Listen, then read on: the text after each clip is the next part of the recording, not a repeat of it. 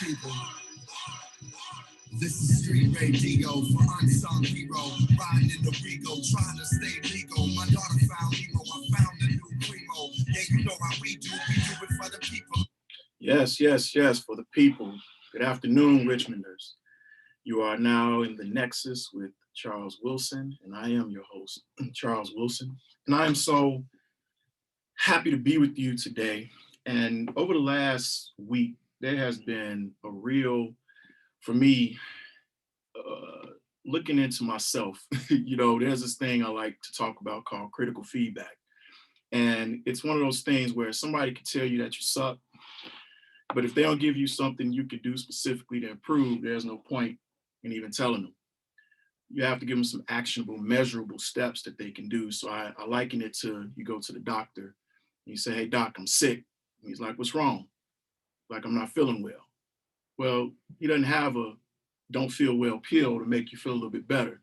You have to be specific. And so I was glad to talk to a few people as we continue to do this new thing, this idea of radio. I tell you one thing, it makes you have a real appreciation for people who do this on a day-to-day. The type of focus and the experience that has to come from this, it is not for the faint of heart. But I also want this to be an opportunity for people to see that you should just go try something. You'll never know what it takes if you don't go try it. There should be fear that exists, but you overcome it. I even write this in a book that I wrote 2 years ago called The Love Letter, A Pocket Guide to Values. And there's this portion in which I talk about there being a difference between scared and fear. Scared is temporary. Scared is something that, can happen when somebody jumps from behind a window or a door and you get scared, you get startled. Fear, that's that thing that's sort of long term. You allow it to impede or suppress or keep your gifts or from you trying. And that's the one thing that I no longer feel that should permeate the actions that I take and what I don't want you to take. And that's something I wanted to address today. So with that said, I wanted to make some changes. I'm going to take the gloves off a little bit. What I got challenged to do in this sort of critical feedback session with my buddy Mike King and a couple other people, my wife, and I would even go to say my special guest that I have in the studio with me today, Dr. Julian Hayter. Hello to you, brother. How you doing? It's good to be here. Yeah, you see me sort of stripping myself down right here in front of people. I know you're over there laughing at me. I am. Like, what? But this is what, we're going to come to cut. This is my come to Jesus moment. And for those of you who can't see me out there, I got my preacher rag right now because we're going to keep dabbing throughout this broadcast. But what he talked about was, man, show people who you are. Let them hear why I even asked you to do this show on my program. Why would a Dr. Julian Hayter spend his time when he has other obligations and he's being asked to be somewhere? He's being asked to give of his knowledge and his time. Why would Michael Hopkins, the gentleman I had on the last show with Emerge Construction, spend the time and doing something he specifically told me was maybe the second time in the last 30 years he's done, which was do an interview.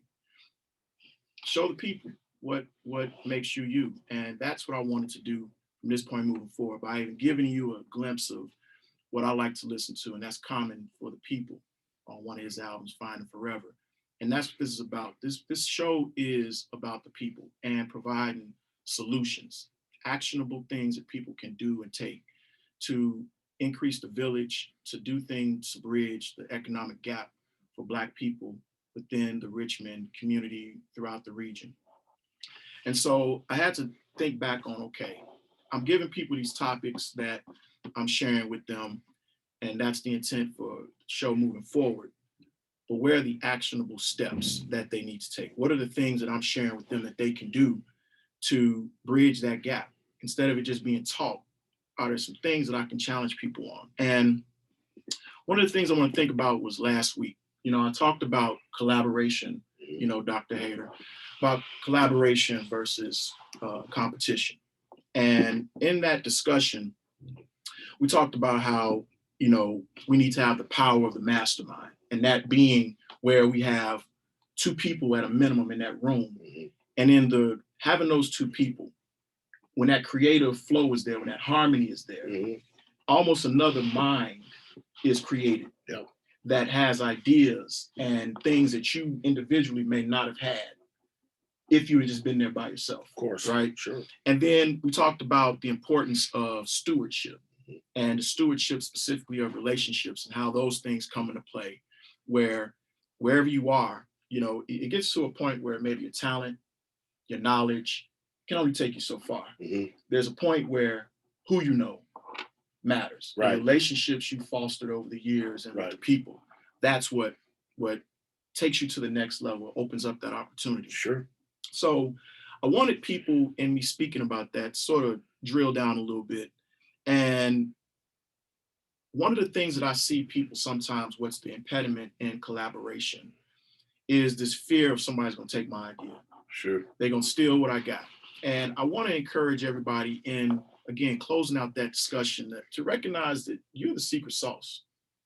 You know, you can give somebody all the ingredients, you give them the recipe, you can give them the whole thing. Sure. But you're the yeast, you're the secret sauce. If they don't know what temperature to put the oven to or how long they should cook it, it doesn't matter that they have those things that you believe were your ideas. So I just want to encourage people, don't worry about that. You know, now be smart, right, about being discreet with who you believe can be a good steward of the information they have. Sure. Are they adding to the information pool? Or are they a taker? Right. Are they just taking things and then you never see them again, or you see them after they're coming up for a re-up because what they thought they could do that you do didn't work out? Doers and dusters. Oh God. What you mean by that? There's a difference between the two. Yes, sir. Right? Yeah. Doers get things done. Yes, sir. Dusters make messes. And we want doers around here, right? Yeah. And you got to find a way to be able to trim the fat of the people that are around you who may be those dusters, right? Do they add to that information pool, that shared pool of information between everyone? So I would even say, as I'm talking about you specifically taking actions, if you have that kind of concern, create an NDA or a non-disclosure agreement or a non-compete. And if there's people who truly are there, part of the pool, who are there to add value, they won't be concerned or worried about that. Nope. They're not there to take, right? So a non-disclosure agreement is just us recognizing that, hey, what's shared here stays here. And it's not meant for those who we haven't all agreed to will be a part of the process. And you can get something like that, I would say, I've used this one website called Law Depot, lawdepot.com, or even LegalZone. They create these documents for free for you if you want it, or you can get a membership and you can get those. So I want to just encourage people out there who are having these ideas, these collaborations, to put some of those things in play to do it. All right. My challenge to you as we close out this is do you see who you have as collaborators or competitors, right? Identify what you have around you in your camp. If it's competitive, then why? Why is it competitive? Is it because of pride and ego? Is it, that's what's capping the creative process and the sharing of information that could benefit the greater good? Is it that pride and ego getting in the way from that? Does it lack the respect or the recognition of the ones who bring value and what value you bring to the team? Sometimes that gets in the way. You feel, like, man, I'm giving my ideas, I'm not getting the kind of recognition I want. So look to see if that's another, reason why you have a competitive environment instead of collaborative. When you have a collaboration, are the people playing to their strengths? Not everybody's meant to be out front, right? We all have different roles, and that role recognition sometimes keeps successful collaborations from reaching their true zenith. And and here's, I say this at times where I say, if the agreement is the 3 of us, the 4 of us, the 5 of us, we're going to split whatever the profits are 4 or 5 ways. Does it matter who brings the bag of the money in? Does it matter that this person was the one who picked up the bag and dumped it on the table? Some people get so caught up in credit, yes, rather than craft. Right. You're worried about the wrong thing as far as I'm concerned, right? So look and see if people are playing to their strengths. Is everyone contributing with their gifts to that shared pool of knowledge? All right, is everyone contributing? Do you have people that are sitting there sort of just taking? Again, right? Are they just taking? Are they adding value? Something I referenced in what I said today. Are they giving critical feedback? are feelings so involved and emotions so involved that someone can't give you critical, actionable things that they believe can improve upon a process without you getting in the way, right? And I would also add that even when giving that critical feedback or having something to say, that ask clarifying questions, especially if you get your quote unquote feelings hurt. Ask questions. Hey, what did you mean by X, Y, and Z? And not have a conclusion already set in your mind. Right. Ask clarifying questions. And then that sometimes in that discussion can alleviate some of the angst and the anger or the resentment that sometimes can, again, stifle the collaborative process. So I want that to be some of the things that we take away from that last week discussion about collaborations and competition, and look at your own relationships and see where you stand and can you improve that process, especially if it's something that's meant to serve something outside of yourself. And I say this because what I haven't done on this end enough is to speak about the program that I'm doing right now. It's called the Legacy Builders Apprenticeship Academy. And this came about as a result of a collaborative effort of people. And Dr. Hayter, who's next to me and who's with me, is one of those key people that was in that process. So the Legacy Builders Apprenticeship Academy, we right now have a cohort that we're running. It's focused on training in the skilled trades.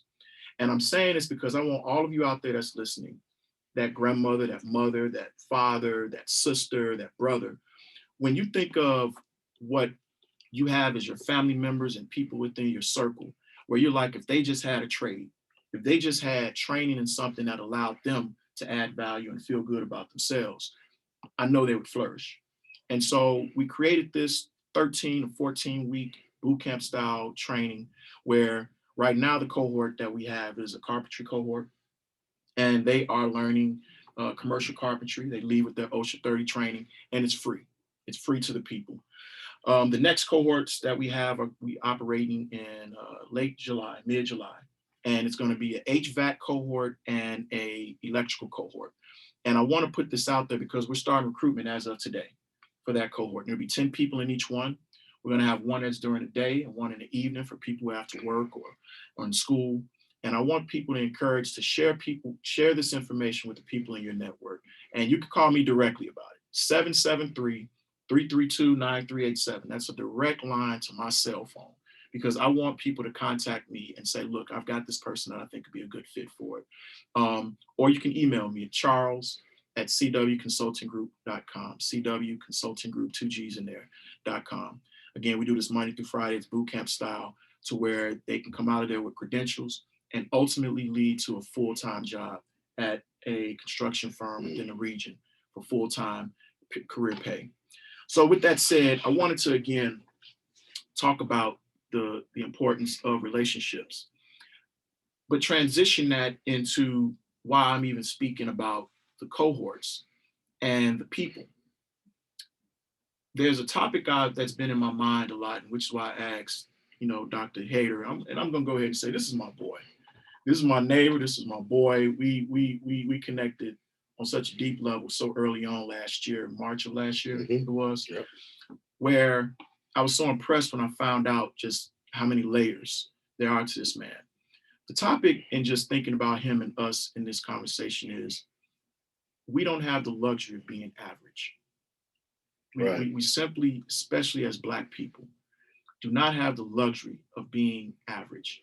And if you could, Julian, could you walk me through, for you? Yeah. Because truly your background, your story is anything but average. Sure. Tell the folks about you, if you don't mind, and as you sort of take us into this topic about this idea of we don't have the luxury of being average. Yeah, I mean, so I grew up in a neighborhood not that dissimilar to, most African Americans in the 1970s and 1980s. I might have been the richest kid on a poor block, but I was still on a poor block. You had all the He-Man. Right. Yeah, I fell into the usual hood trappings that any young man would fall into in that neighborhood, surrounded by what I was surrounded by. But I got curious as I got older about what was actually happening in my neighborhood. Yeah. I needed explanations for the things that I was seeing, for the poverty, for the despair, for the death. Yeah. And I started thinking more intently about why this was happening so universally, not just in the neighborhood that I grew up in. but all kinds of African American neighborhoods around the United States. But it kind of that in and of itself wasn't the fuel that I needed alone. I had to have a burning question is a good start, but it's not enough. Some of that just came. I got to the next level just by having a good work ethic, right? By recognizing that craft matters, that details matter. This is something that my father instilled in me from a young age. He said, I don't care what you do with your life, but if you're going to sweep floors for a living, make sure your floors are the cleanest floors. Have pride in what you do. I'll never forget, I got a job mowing lawns after my first year in college. And man, we went out there and mowed every lawn like it was a baseball field. Man. It made the time go by, right? We started thinking about it as our own personal Zen garden. And then I started thinking about how craft matters. Man, there are a lot of over-degreed, undereducated people. Yes, indeed. Right? Yeah. And what I mean by that is I didn't get a PhD because I wanted people to call me doctor. Just being one of my neighbors. Yeah. I insist that people don't. Yeah. Right? And you didn't even tell me. No. You had no idea. First 3 months. Because I want to see how people respond to me before they know who I am. That's right. Right? What I cared about was having a question and writing a book about the question that I had asked. I got a PhD as a consolation prize along the way. Right? More specifically, what I'm talking about is if you care about the incremental steps of getting to a place, the ends will take care of themselves if the means are wrapped up, right? And I think what we have a tendency to do is have grand visions and big ideas, but not think about the minutia and the detail. Yeah, the details matter. The bones of a house matter, even though people only see the finished product and the structure. And I think I cared about the bones. I thought about the day-to-day steps. So what does it take to write this book? What is it going to take to get to the next level, to get to graduate school, to get a degree? I always had my eye on that hurdle directly in front of me. Even though I knew I had to finish the race, it was the immediate hurdle in front of me that I cared most about. I remember when I got my BA, my mother was so happy. I've never walked across the stage at graduation, not for any degree. I got my BA, my mother was always like, I'm not done yet. I got a master's degree. My mom's going crazy, right? My dad, it's the first time my dad called me by my first name. He called me boy, right? Then I got my PhD and I was like, I got to write a book. I wrote a book. Now I was like, I got to get tenure. I got tenure. I was like, I got more to go. Just restlessness and thinking about the endless, contributions that you can have to this human conversation and caring about detail. You listen to any athlete, you listen to anyone that's been successful in business, you listen to anyone that's been successful in any capacity, and underneath the accolades, underneath the awards, underneath all that, they are going to tell you, all I cared about, right, was getting a daily goal accomplished. Mike Tyson, I remember listening to this fabulous, Mike Tyson was like, all I wanted to do was be able to run a mile, right? Then all I wanted to be able to do was finish a round. And do it well. And I think that's the key, is to make sure that you do the little things well. And if you concentrate on those things, you will not be average. Yeah. Right. Oh, wow. Because I think sometimes people, again, they want to skip the stuff that's the stuff. And go to greatness. That's right. Not recognizing that greatness is compositional math. There are things that require greatness, hard work. Very few people with ability alone make it to greatness. Greatness is something that's worked at. And I think what we have to recognize is that work ethic is synonymous with not being average. And I don't care what you're working at, right? You could be doing anything. And because what you're training yourself to do is have a mindset that it's not labor. That's right. Right? That's right. That it's not drudgery. That if you look at a thing in a particular way, it's like, I got to file these papers. Well, I'm going to have the best filed papers in this office. That's right. Then you keep doing that day after day after day. And what you recognize is you've not only become the fastest paper filer in that office, you've retrained your mind to think about how to get tasks done. Then you take that on to other steps in your life. It's process. It's a process. Process matters. You master the process, no different from Ray Kroc and McDonald's. Right. He talks about that. Like, I wanted to be the best burger maker in the world. Yeah. He wanted to perfect the process of making burgers. Right. And then he went on, okay, now that I've done that, let's add shakes. That's right. Let's add nuggets. Yep. He was able to apply it in different areas of, as you're saying. But you have to have a formula. That's right. But a good formula takes a good mindset. And if you can master the little things, right? The next thing you know, you've compiled That's right. a database of little things being mastered. And you not only master those things, you've actually come up with a new lifestyle, right? I mean, these are things I do on a day. You see my lawn? Oh, yes, I do. Right? Oh, yes, I do. If Like when I go, right? When I go to mow my lawn, I'm out there. I'm like, I am going to mow every blade of grass on this lawn, and I'm gonna have it looking clean. That's right. Because why? If I just went out there and mowed the lawn, it's just another 30 minutes. I think in a way you're talking about me and how I do my lawn, Julian. Yeah, I am. I think I know Charles you. out there hacksawing his yard. I'm looking at him like, man, what are you doing? That's right. I got the get her done. Yeah, I'm like, no, let's get. And I just think that's one of the things we need to be mindful of, right? It's not just aspiring to greatness; it's recognizing the components of what makes greatness, and that is caring about the little things. And I know as cliche as that may sound, it matters. And that's what's so funny is how we dilute these things. Again, people want to press the fast forward button. Right. That fast forward button is going to allow you to be exposed. And then you get disappointed. That's right. Because you fall short and you don't know why. And it's like if you spent more time mastering the incremental steps to get to where you want to get and thinking about how far you are from that point, you won't feel so let down. That's right. Because you see this as part of a more integral process in getting yourself to a goal. That's right. Instead of recognizing no matter how far that goal may be off, if you take it by step, each step is closer than you were the day before. You know, I talk about this thing about specificity or being specific in a goal. Right. And so I've used this analogy when I talk to people about if I were to put in my GPS or Google Maps somewhere, no map for that is going to pop up. Right. But if I put San Diego, California, you get a map. I will get a map. And I talk about the fact that during the day, the whole day is made up of a bunch of decision trees. And again, so now going back to this analogy of a map, you then see that there's some pathways to get there. It can be by train. That's right. It can be by bus. You can drive, right? You can walk if you wanted to. Right. You can ride a bike. But let's just go with the idea of you driving. Well, I don't have a car. That's right.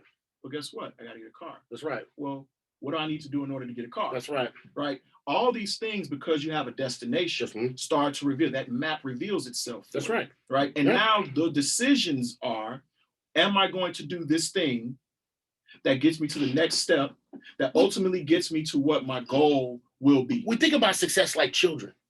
There's a reason why when you go on a road trip with your kids, they keep asking you, are we there yet? Because they don't know what the process is. Right. So they're consistently disappointed because you haven't reached the destination, right? And they don't understand that, no, this is a process. We got to if we go into LA, we're going to have to get to Nashville, Tennessee first. That's right. And then Little Rock, Arkansas, and then Albuquerque, New Mexico. So instead of telling them you're going to Los Angeles, tell them you're going to Nashville. And then when you get to Nashville, say, you know what, we're going to go a little further. That's how you have to think about getting to an ultimate destination. It's just dealing with what's in front of you and giving yourself credit when you get there. When you get there. Right. There's so many times I think we minimize accomplishing something. I do it all the time. Because there's this thing that's in it, that motor that's in there that says more. Yep. I can do more. Yep. And I'll say this. Sometimes that needs to be replaced. I would say oftentimes with gratitude. That's right. Look at where I am. Now, I'm not talking about being comfortable and staying there. It's simply recognizing, wow, look around me and look how far I've come. That's right. Sometimes I think people don't turn around and look at how much has been accomplished and how much has been done. Right. And it's to their detriment. Sure. Because they haven't achieved some other thing. That's right. Instead of recognizing what they got right in front of them. And here's what's also, here's a good thing I would also correlate to this idea of having a goal. If you had not gone on that path, so let's say I was going to head over to San Diego. And it took me to Austin, Texas. And I had a stop off. Yeah. And I go into a breakfast spot and I'm at the diner, getting some flapjacks or something that they may call it, right? And there's a guy sitting next to me, kicks up a conversation. We're talking about some things. We're having a conversation. And he's like, I really like your attitude, man. What do you do? And I share some things. Like, I'm on my way to San Diego. Hey, I own one of the largest oil fields in Austin, in Texas. Would you be open to, thinking about coming to work for me there? I really like your energy. I think I got a team that you'd be a great fit. Here's my point. Yeah. Had you not gone down, you never had that conversation. You would have never had the conversation. That's what people don't recognize. You get so duty bound and path dependent on what you think success is. Mm-hmm. You don't recognize that life is full of options, right? I mean, there are things that have happened to me, even as I got a PhD, that I never imagined, but they would have never happened had I not imagined that I could get a PhD. So I want to even speak to that part as we sort of wrap, and that's so crazy how quickly this time will go. Time flies. Right. It's that duty, I call it that duty, of being a snitch. Mm-hmm. Being a snitch. I call it a snitch, where when you've left those confines, you've left those environments that are not conducive to success or growth, right? In my opinion, I have a duty and a function to come back and snitch. Mm-hmm. Tell people what it was, the pathway, the things that you're going to encounter. Because guess what? I'm cut from them. Yeah. I'm from where they're from. Sure. I see and know what some of the impediments are. Yep. I feel that I have a duty to come back, tell all those things that went into wherever I may deem as success, what others may deem as success, which is for me, the accomplishment of a set of goals. Mm-hmm. That's success to me. Yep. That we come back and we share that in as clear a way we can, in a language that is understandable, right? Mm-hmm. And create that motivation and that desire within them to say, this really can happen. But for me, it's been done. Sure. What are your thoughts? I think I remember one time when I was riding down the Dan Ryan in Chicago. Then they still had projects. Mm-hmm. And my dad said, how many Einsteins have we lost in those buildings, right? And I think what we sometimes have a tendency to see is when we come from particular areas, that we're not surrounded by greatness because the rules have been defined by people outside of the community. Yeah. But you have to recognize that sometimes it's just about wasted opportunity, right? Mm-hmm. And lack of maximizing what's around you. And I would say one of the things I recognized is that all the components of greatness and not being average were already there. Yeah. It was a matter of resources. Yeah. It was a matter of understanding, right? Take a look around at what's around you. What can you work with? That's right. Right? The hands what have you been given? That's right. Right? And what can you do with the skills that you do have to parlay that into something else? Stop right? Comparing. That's right. The grass isn't always greener on the other side, right? You don't, right? I had no concept what a neighborhood was like outside of my neighborhood. That's right. But I thought it was better simply because that's what I've been told. Not recognize that all the components that I needed to be the man that I became were already in my immediate circumference when I was a young man. And I think that's the first path to recognizing that you already have the components within you to be better than average.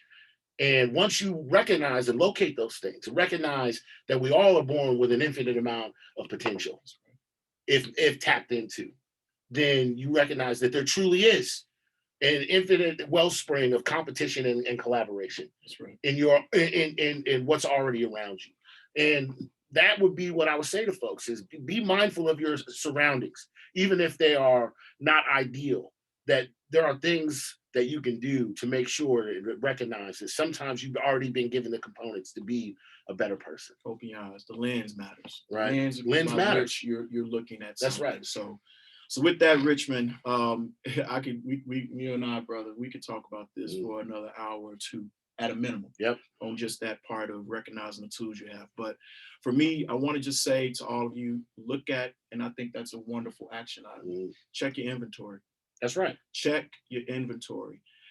Richmond has so much to offer. And I know so many people look around and say, I'm sort of tired of people coming in and taking and doing some things. And, there's not an opportunity is there. Mm-hmm. It's the lens by which you look through it. And it's and Richmond has just been so rewarding and so resourceful to us. I know our families, and especially for what the focus and the vision is for this program. So I want to thank you, brother. My pleasure. Thank you for being here. Yep.